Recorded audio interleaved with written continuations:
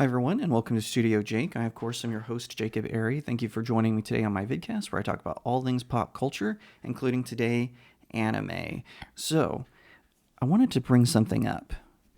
There's a lot of animes out there that need a continuation. Sometimes it's not even a second season. Sometimes it is they just need a way to close all the story arcs and have a conclusion.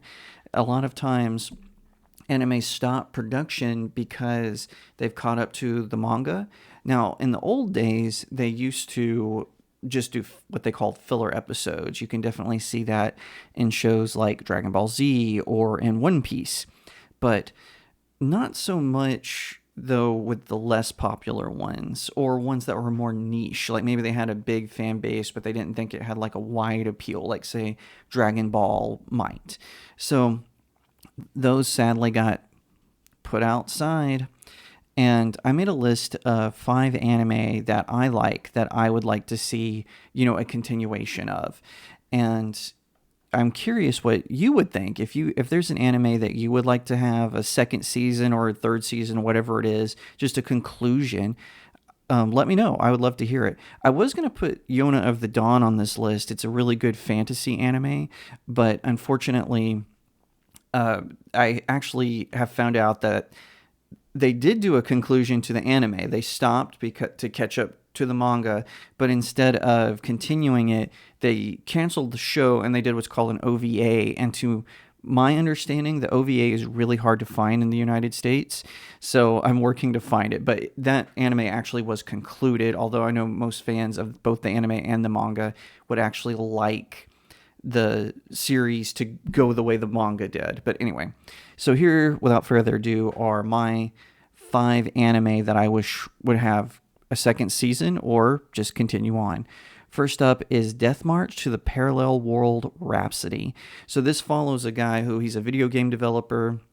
He's doing what's called a death march, which my understanding in Japanese corporate culture means that, you're sleeping under your desk, you're trying to meet a deadline, and he's doing this for a game he's developing, and he goes to sleep under his desk.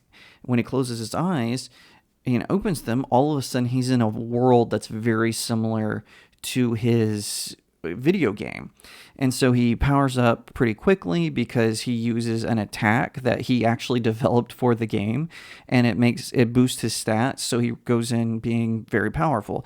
A lot of people have said he's sort of OP. Sato is kind of OP, but I don't see that. I think that he does face trials that are tough, and he just finds clever ways around them using his video game knowledge. Now, what's interesting about him is most Isekai protagonists that exist, they tend to just be kind of like, oh, well, I guess I'm dead. Now I'm in this new world. Or it can be like more of a comedic thing like Konosuba. But with Sato, he thinks that he's in a dream that he just hasn't woken up from. So he thinks he's still asleep under his desk. So he kind of treats it more like I'm okay, which is why he puts himself in the dangers. Now he catches himself because he gets these companions along the way, all female, as most of these Isekai stories, and he becomes very protective of them, and he doesn't want them to get hurt. And in the manga, at least, because I've read the manga, he's starting to think maybe this isn't a dream. Like maybe I am somehow in another world, because he realizes if it was a dream, I wouldn't be so protective of my friends and allies. So I would like to see that continue on. I would love to see how that goes. Maybe a full reboot. I'd be fine with that. Whatever the case may be, I would love to see a continuation of Death March. All right, so up next is Monthly Girls Nozaki-kun. So one of the reasons I like this show is it's about this girl who has a crush on her classmate, and just through happenstance, she discovers that he is in fact a manga writer and an artist.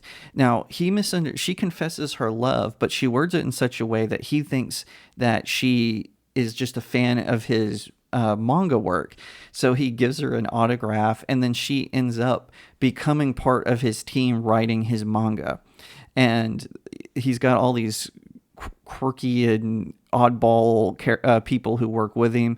It's really funny. I like it from being in the perspective of a writer, how, just seeing where he gets inspiration, and he's kind of aloof and very stoic. And there's a really funny scene where she asks him, why don't you tell all of our classmates that you're a mangaka? And he says, well, I did, but then everyone laughed at me. They didn't believe me. They thought I was joking. So I thought that was kind of funny. But I would love to see a season 2 of this. My wife likes it because of the romance angle. She's in love with him. He doesn't really seem to realize it, but he's certainly starting to develop feelings for her because of their relationship through their shared love of art. So very interesting. Another one is, or the number 3 is another isekai. This is Grimgar, Ashes and Illusions. So this one, it doesn't start off like a typical isekai where you see the protagonist fall through a portal or die. It just kind of thrusts you in with these 5 characters who they wake up, they don't have any memories, and they get recruited into the Adventurers Guild to battle goblins and other enemies, and they all have like these different skills, and it ends like on a total cliffhanger because they'll start to mention things like one of them, they're talking about a danger they faced in the field, and one of them says, you got to be more careful, this isn't a video game. And the others go, what's a video game? And he goes, I don't know, it just came out, it just sounded familiar and I said it. And I would love to see a sequel to this. When the anime first premiered, they actually had more manga that they could adapt, but they just stopped. Don't know why, but I hope that they'll continue it on at some point. It has had really beautiful animation. I really liked all the characters that were connected and how it showed their relationships. I think it would be good. All right, number 4. Everyone knows I'm a huge Dragon Ball fan, so I would love to see another season of Dragon Ball Super. I know that we've had some movies come out where they've kind of started to fill in gaps. We got to see in Dragon Ball Super Superhero, we got to see the return of Gohan and in his new form, Beast Gohan. Now, one of my best friends, he doesn't like Beast Gohan. I think it's cool. I would have liked to have seen, if they wanted to do something different, I would have loved to have them show Gohan go Super Saiyan 4. Now, I don't like Dragon Ball GT. I want to make that clear out of the gate. I think it's a poor sequel to Dragon Ball. Akira Toriyama has rejected it outright, and you can tell that he took it out of canon because in Dragon Ball GT, Emperor Pilaf is old, while in Dragon Ball Super, a misstated Dragon Ball wish turn Emperor Pilaf and his minions young, so they look like kids again instead of being old. So it's already erased from canon.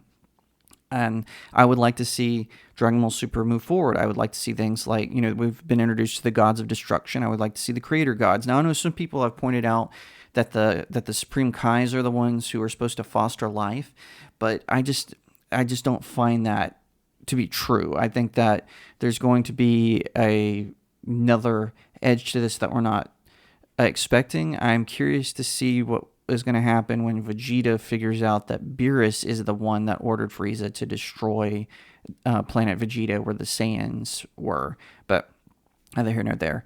Number 5, I would love to see a second season of Mobile Suit Gundam Iron-Blooded Orphans. I loved the first 2 seasons. It was dramatic, it was tragic, and this one didn't end in a cliffhanger. It ended very conclusively, very, very, like I said, very tragically. Go into it expecting that. But I would love to see a continuation where we see the next generation. What happened to the women with that guy who had the ship where he was a cult leader and it was just him and all of his wives. I would have loved to have seen what happened with them. I would love to see what would happen with the main character's son and where it went from there. And like I said, I understand that all of the story arcs were closed very well, but I would just like to see what happened. Like give us like just an extra season to see the next generation. It's not tied to any of the other Gundam timelines, which that in and of itself can get very confusing. Is it part of Future Century or Universal Century or AD? All these different Gundams have their own story arcs, but I would love to see, what happens in with the next generation of those pilots, and could someone else potentially take on the role of the pilot for Gundam Barbados, which is one of my all-time favorite Gundam forms. I don't know if you can, maybe you can barely see him next to Burning Gundam, but I have Gundam Barbados. It's one of the few Gundam collectibles I have. I have Burning Gundam or God Gundam from G Gundam, and then Iron Blooded Orphans Gundam Barbados. I think I have the Lupus Rex version. Because he's got the wider shoulders or broader shoulders, whatever it is. But anyway, again, tell me what you think. What are some anime that you would like to see continued? Let me know in the comments below. I would love to hear your feedback. Thank you so much for watching. I can't do any of this without all of you. All of you rock. And like I said, let me know what anime you are watching. Thank you so much for watching this video. I hope that you'll give it a thumbs up, that you'll leave me a comment and tell me what you think, that you'll share it out with your friends, and of course, consider subscribing to StudioJake. I cover all kinds of nerd and pop culture topics, including film, television, anime, comic books, and so much more. I hope that you'll also head over to my main website, StudioJakeMedia.com, where I have even more news, views, and commentary. Also, if you'd like to support the channel, head over to my locals page. That's studiojakemedia.locals.com. It's the best way to support me. I'm trying to build a little community there. I have exclusive reviews and articles, so definitely head over there and check it out. And I'll see you next time right here on Studio Jake.